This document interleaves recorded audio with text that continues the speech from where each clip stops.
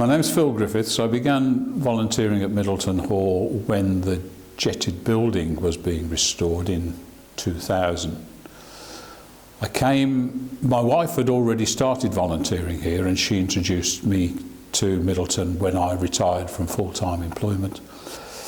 And I was quite attracted because I'd always been interested in working with my hands.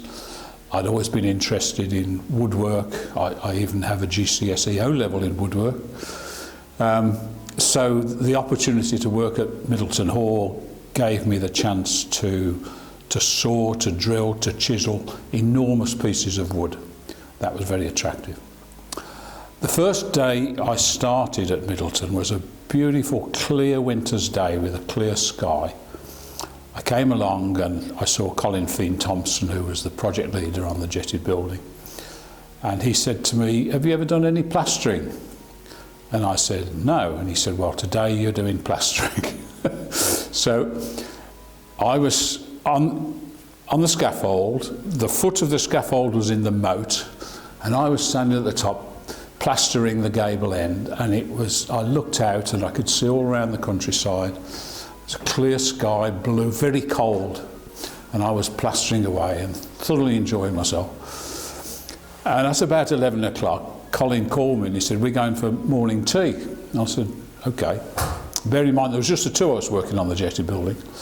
So we went to the mess room, and there was a big table and about a dozen blokes sitting all around the table. I don't know where they'd come from. They were volunteers working all around the site. But they were making toast and tea, and the toast came over, and a very pleasant group of people. And then after the toast, we went back to the jetted building and I carried on working. And that's about 1 o'clock. Colin said, "Get your sandwiches, we're going to the mess room for lunch." So I got my sandwiches. We went to the mess room, and there was these same blokes all sitting around the table. I think they'd been there since tea, actually. I don't think someone had moved. But in the middle of the table was a great mound of chips, and they were all sitting there with the sandwiches, putting the chips on the sandwiches, and it was cheese and chip sandwiches are very nice if you've never tried them. So that was my introduction to Middleton Hall, and the rest of the afternoon I was plastering on the gable end. And then that night it poured with rain, and all of the plastering came off in the rain. That was my first contribution to Middleton. When I first started, the hall didn't look so very different from the way it looks today, other than the jetted building, which was totally derelict, but the rest of the buildings were really as they are, although in the meantime many of them, particularly the stone building, has been massively restored. But on first appearance it wasn't so very different. There was a volunteer here when I first started named Horace. I can't remember his surname, but he was an ex-miner, and he was incredibly strong. If we needed a job that needed a lot of physical strength, it was send for Horace. And we used to have a code that said that's a lot of hard work, that's a 2 Horace job, and we defined the difficulties of jobs by how many Horaces were needed to do them.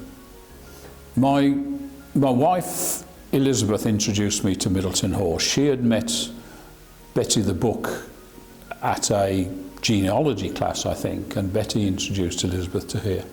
She became a volunteer, she managed the courtyard, she was very proud to become a trustee and contributed as a member of the trustee board for many years, and eventually had to give it up due to ill health. That I carried on a little bit longer, but not much.